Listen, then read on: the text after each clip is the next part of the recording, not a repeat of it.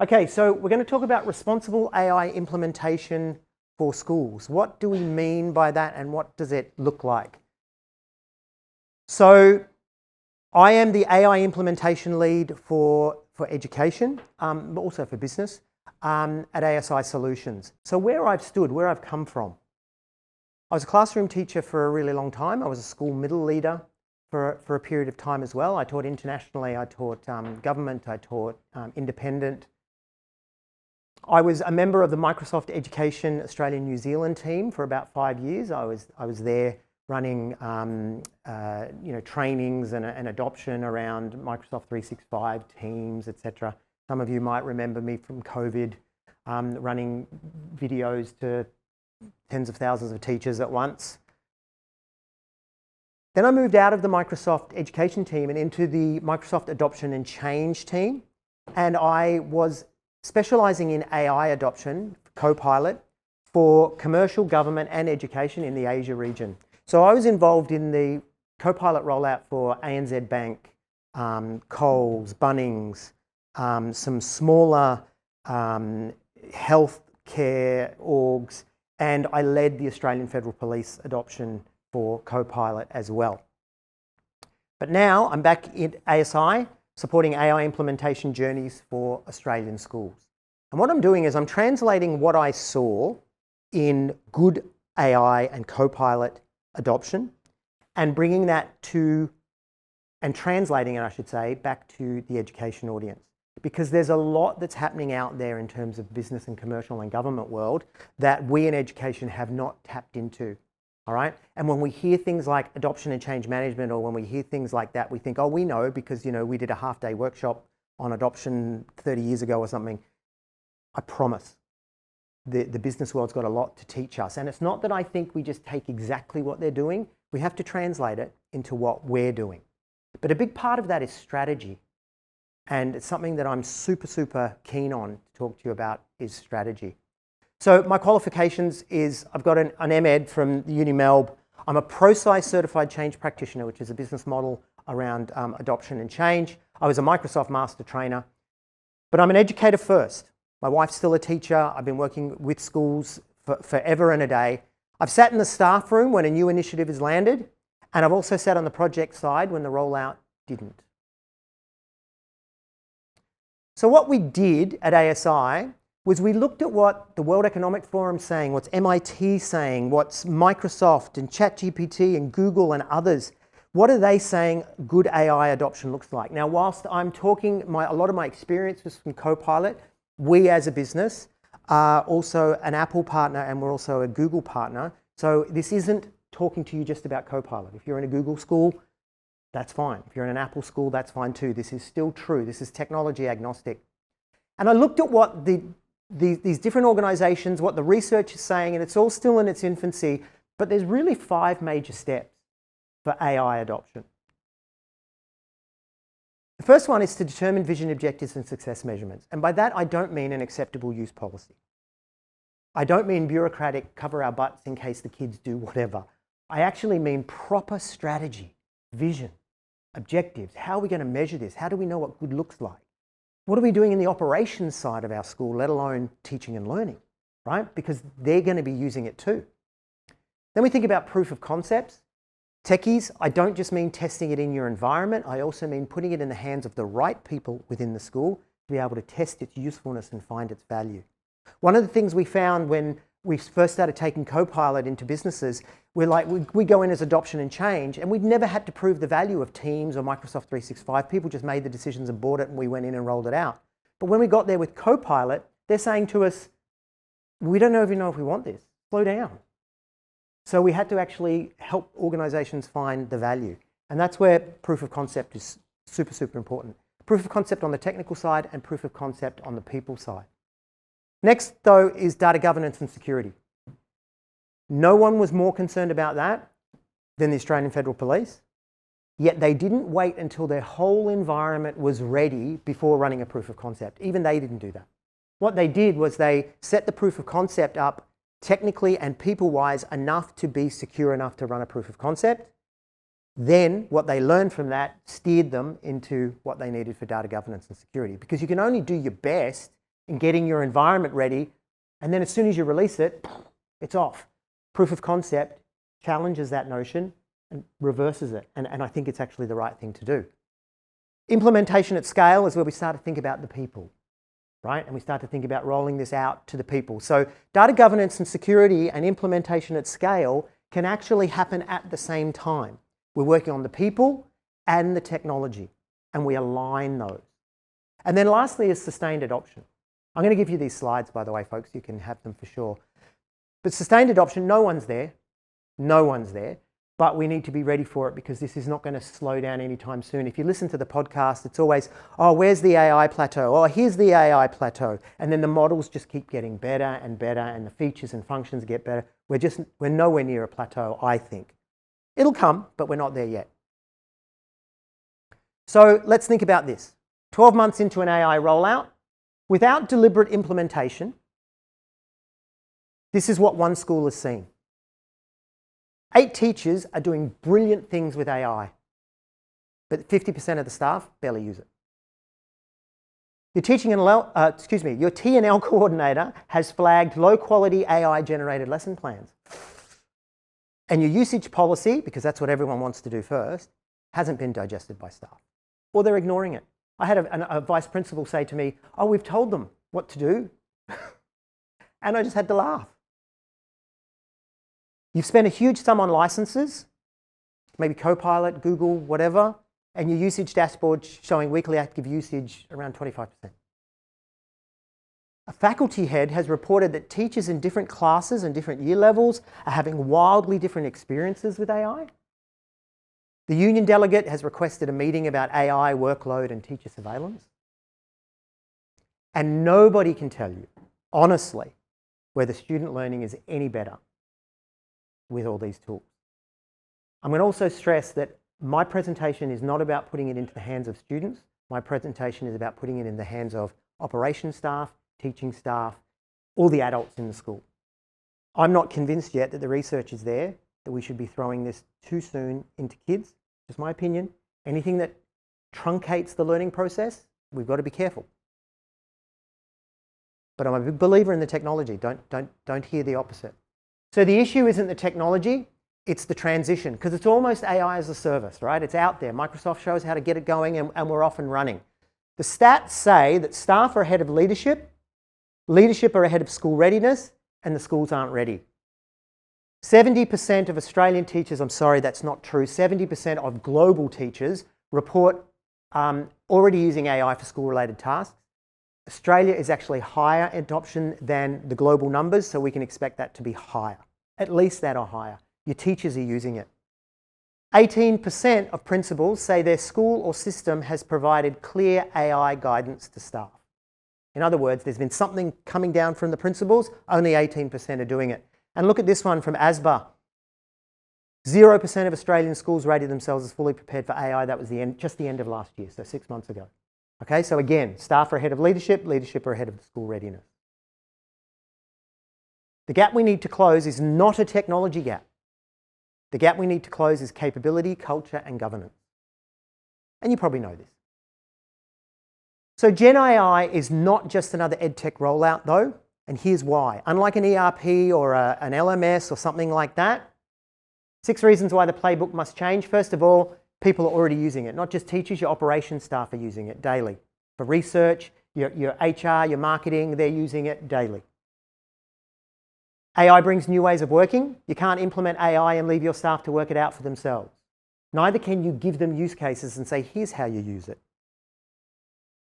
The product is changing rapidly, so one PD day is not going to hold. It never did for anything we ever did in schools, right? And yet we just keep defaulting to PD days, which costs us so much money. Sustained capability, not one-off training. Coaching is the way to go. Teaching quality, privacy, copyright, academic. Look, the risk service is unusually broad for this, more than an LMS or something like that. And as I said before, operations staff are using it too. So it's an implementation conversation, not just a training conversation. And then there's no neutral posture. Ban it, allow it, both are active policy choices and you've got consequences for both. So I work with some schools that are very conservative in their approach to this with the students, others that are right on board and throwing it. I'm not going to tell you why that's right or wrong. I probably already have, but that's fine, right? That's for you to decide, not for us to decide for you, but we're happy to help you with whatever you do decide. So effective implementation requires two teams, technical and people. So your technical team, your techies obviously, design, develop, deliver, deploy, fantastic, go for it. But the people team, which is oftentimes thrown to T&L, but when we think about the operations side of our business, this needs to be broader than just a teaching and learning coordinator running PD for the staff. We need to actually be thinking about a people team, which is going to cover all the grown-ups in the school, and we're going to help with engagement, usage and adoption. And so please don't just be thinking about this as teaching and learning, it's also about operations. So why responsible implementation is for AI is crucial. So here we are in the current state. People are already using it. They're using it regularly. They're uploading all your sensitive data and doing all that sort of stuff. And as much as you're telling them to only use Copilot, they've still got their, Claude, whatever. So we have a mandate to move, and we have a mandate to move now because it's happening. With responsible implementation, what we're going to do is we're going to take people into a transition state where they're learning new processes and new ways of doing things, and then we're going to take them into the future state. In Christian schools, this is where the streets are paved with gold and the land is flowing with milk and honey. It's just wonderful that we're there in that future state. That's what happens with responsible implementation. But what's going to happen for most of us is we're not going to do that. And you're going to have some people that are never going to leave the current state. I don't need your AI business. I've been doing this for 35 years, blah, blah, blah. But some will go into the transition state where it's rocky and there's multiple systems and things aren't working properly and it's not working like we used to use it and oh my goodness, and then they get stuck there, right? They don't move on to the future state, and these people are saying, told ya. And then your next rollout of whatever technology, they're going to stay here. But what's even worse is some people do make it to the future state and it's not what was promised. There's no milk, there's no honey, there's no streets paved with gold. It doesn't work properly. And there's people in my team that aren't even using this and, absolute shambles. So if we're going to talk about adoption, what do I mean by proper adoption? Okay, because I said to you before, part of the problem I've had in translating this is when I go into schools and I say the word adoption, they think they know what I mean because of the way it's always been done. Forgive me, but I'm going to teach you what I mean by adoption. I'm going to play teacher. First stage in adoption is deployment, deploying the technical infrastructure, making the solution available to staff. The focus is on technology only, focus on deployment, staff left to work out by themselves. That happens a lot still in schools. That's not adoption. It's an important first step, but it's not adoption. If we stop there, then we haven't done what we need to do. So the next stage is what I call usage, and this is where a lot of schools still play with technology adoption, and I say that from experience. Staff engage with the solution. Many recognise basic features, but they can't apply them to do their job properly. I don't really know how to use this to build lesson plans, or I don't really know how to use this to enhance the onboarding experience for the HR team or whatever. Usually, the comms and training is generic and school-wide. Come along, we'll teach you how to use Teams. Come along, we'll teach you click here, click there, Copilot, Gemini, right? So what do I mean by adoption? And by the way, that's still an important step because people can't apply it if they don't know the basics, right? And that's what we just heard from Matt. People do need to know the basics. But what do I mean by adoption? Super important. Deep habitual usage that delivers tangible value. Deep habitual usage that delivers tangible value. To the staff member, this is great. This has made my life so much better. The sentiment is high. Whoa. What they do. And the reason I put what they do and not teaching and learning is because we're thinking about operations staff as well. So in other words, this helps me better teach, or this helps me better lead finance, or this helps me better work on the reception at school, whatever it is, or marketing or student recruitment. And the institution overall has got all these measure points that they're going, this is fantastic. Look at all the gains we're making. Not just productivity, but reach, ability, capability. There's a user willingness to engage, and we can see the behavioral change. Measurement is super, super important. The focus, though, is on education and business value. I put them both because some of the people in your school are doing business, right? Recruiting, hiring, whatever. Some of them are teaching and learning. So it's both. But an education or business process-led adoption and change program means we lead with what the tool does or what the tool can do in their context, not with the tool, right? And you know this anecdotally as teachers, right? Make it authentic, make it real for the kids. In the same way, we do this for the adults. It's how people learn. As soon as they see the value, they're going to engage. So what we do is we lead with, for example, you've got a group of EAs, right? So executive assistants to your SLT, and we get them in and we teach them how to do the new board report and how to do this and do that. We've got these processes that we've built. We're not teaching them how to use Copilot. We're teaching them how to better do their job, but they learn Copilot as they go, right? Same thing that we do with kids. It sounds like discovery learning, doesn't it? But we're not just doing that. We're actually leading with basic skills first.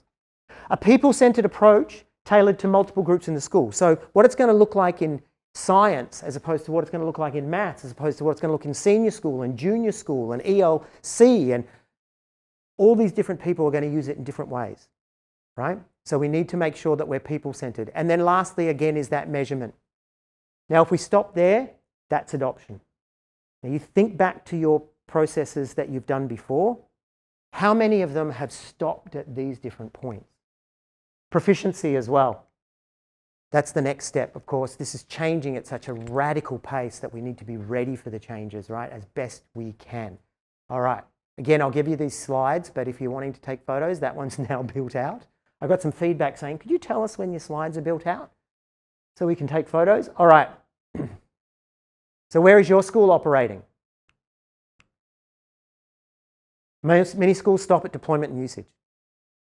And the gap between usage and what we want to see, embedded practice, which is even beyond that adoption stage, is where the cost lives and where every school could be operating. Now you can look at this and go, oh, this all seems a bit hard. Yes. The adoption gap is where your education investment quietly goes to die. I was working with because I work in business as well, and I was working with an organisation this week who told me that they spent all this money on an ERP, an employee resource program platform, and it just fell over because nobody did anything about adoption. They just thought, well, just technology will look after itself, and it doesn't. It's not just an education problem. That's done now. Okay. So, your school staff is extremely diverse. These percentages, it's not saying that it's the percentage of the bell curve, not percentage of numbers of your staff, but basically, adoption for technology, I learned this a lot at Microsoft, is actually an S curve. It starts slow, then hits momentum, and then sort of peaks, right? And then when we put the people and the bell curve across that, this is basically what we come up with. And you've got innovators and early adopters who are going to start fast. Then you've got this chasm here, but then you've got an early and late majority. And they're not against your change, they're not for your change, they really don't care about your change. They just want to know how's it going to help me do my job and get home earlier to my kids and my wife and my husband, whatever. It's interesting, but does it work? Is it worth the time and money? And then, of course, we've got the laggards over here who still want their Walkman. But when we think about change, we oftentimes hit one size fits all, and then we wonder why. And we do the same things with our PD. So what we want to do is we want to utilize our early adopters and innovators to bring our early and late majority across the chasm. And then the laggards will come whenever they come, or they'll go down to the road, school down the road. Organizational research, Microsoft together with ProSci, the research is there showing these are the levers that are going to move your school. So here we go. How do we do this? And I'm sharing this as a model. Behind each of these is strategies and tactics, of course. First thing is visible principal level sponsor, could be an AP with power, that's fine, who models AI use and speaks publicly and leads the way. Number one, if you haven't got that, think twice about running any sort of implementation. Middle leaders, heads of faculty, heads of business units in the school, year level coordinators, they're going to translate the strategy into their team's daily practice. You know this anecdotally, right? We've got to get the leaders on board for sure. But then also champions, peer-to-peer credibility, the people your staff actually listen to in the staff room, because they're going to speak to and listen to these 3 different levels of leadership in different ways. They're going to be more and less honest with these different people, but this is what organizational psychology says works, and this is totally translatable to schools. Strategic communication, though, and we're not very good at this in schools. We think it's just about emails, but it's a narrative tailored to staff as a long-term plan. It's delivered in personalized ways, and that's how we scale. Sometimes it's whole school messaging. Sometimes it's just my local team, right? My year level, my faculty. Sometimes it's even got to be down at that champion level. So the messaging comes through those 3 people, not through bulk emails from the office. Sustained professional learning, capability that compounds term on term, more coaching, less workshops. We're not talking about pulling teams out and having to pay CRTs, we're talking about embedding that. And again, through those 3 people, this is how we do so.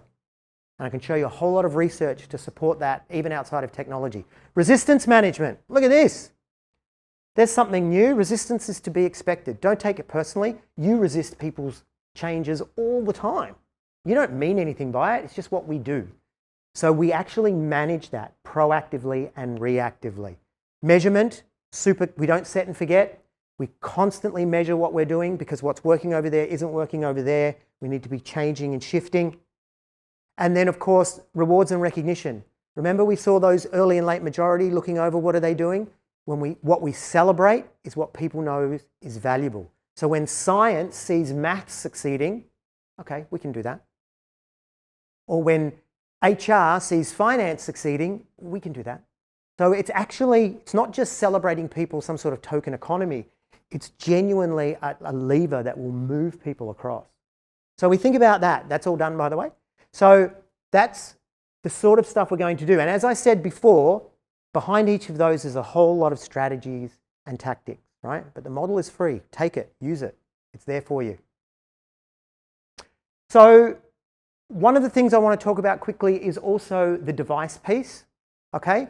So we can see here that Surface, the latest Intel Core Ultra 3 processor. So I know it's going to feel like an ad, and that's because it is, but the Surface devices are AI ready, okay? So integrated AI acceleration with a built-in NPU means that it's going to be moving a lot faster. It's going to be focused both offline as well as online, etc. Optimized performance, enhanced security as well. Okay, it's a big thing for schools, very, very important. And also built for real-world education scenarios. And we've got Microsoft here today to talk to you about this. It's not just about getting the AI platform, it's also about getting the right devices ready for that as well. Okay, so the hidden assumptions in AI projects. What we often assume, did that feel like TikTok then, or what's the other one that the kids use? The other platform? Snapchat and these other things, the ads pop up and then they keep going after the ad.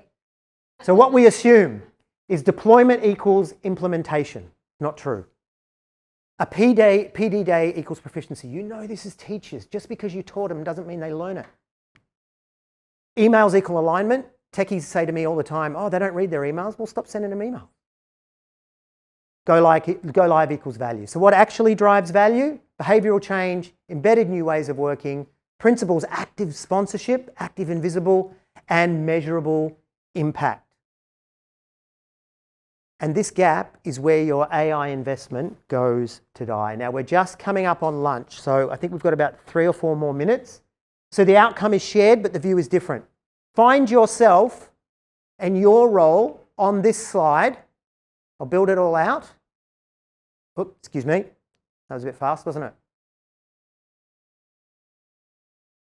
When we think about proper implementation, it's going to matter to each part of the school.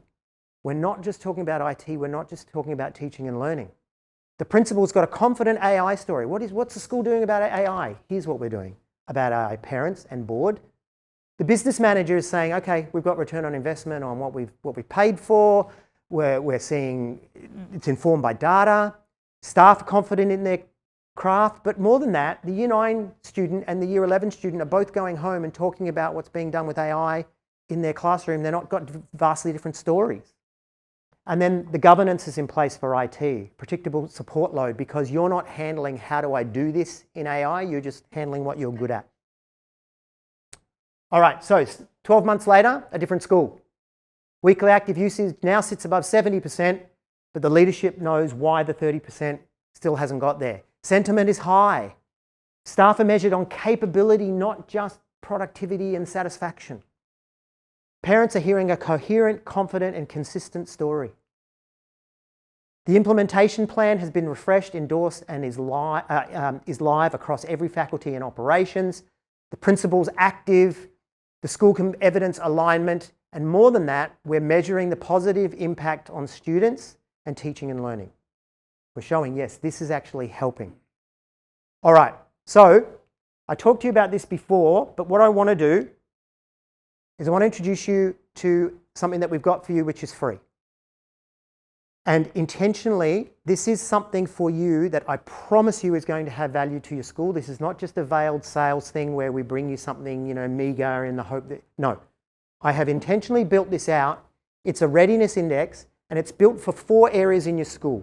We want people from T&L, people from business, people from senior leadership, and people from IT to fill out this readiness index.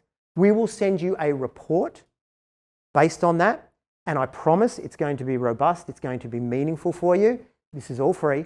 If you want us, we will come in and speak to those people in your school, those key decision makers, and we'll take them through what the report means for you, and that is all free. If you're wondering, well, hold on, what's the catch? We've got service offerings tied to the different stages depending on where your school comes out as strong and weak, and we will support you on that. And yeah, sure, you can take advantage of that. If you don't, that's okay. You can take advantage of everything that's free, see where you're at, go on doing what you're doing, that's fine. But if you want our help, that's where it kicks in from a business perspective. But everything up to that point is valuable. And I intentionally made it so that you can see the credibility in terms of not only this model, but in terms of the index as well. Does that make sense? Okay. If you want to run off and have lunch, you can, but if you want to stay and ask questions and comments and stuff, you can as well. Otherwise, we can all mix up there.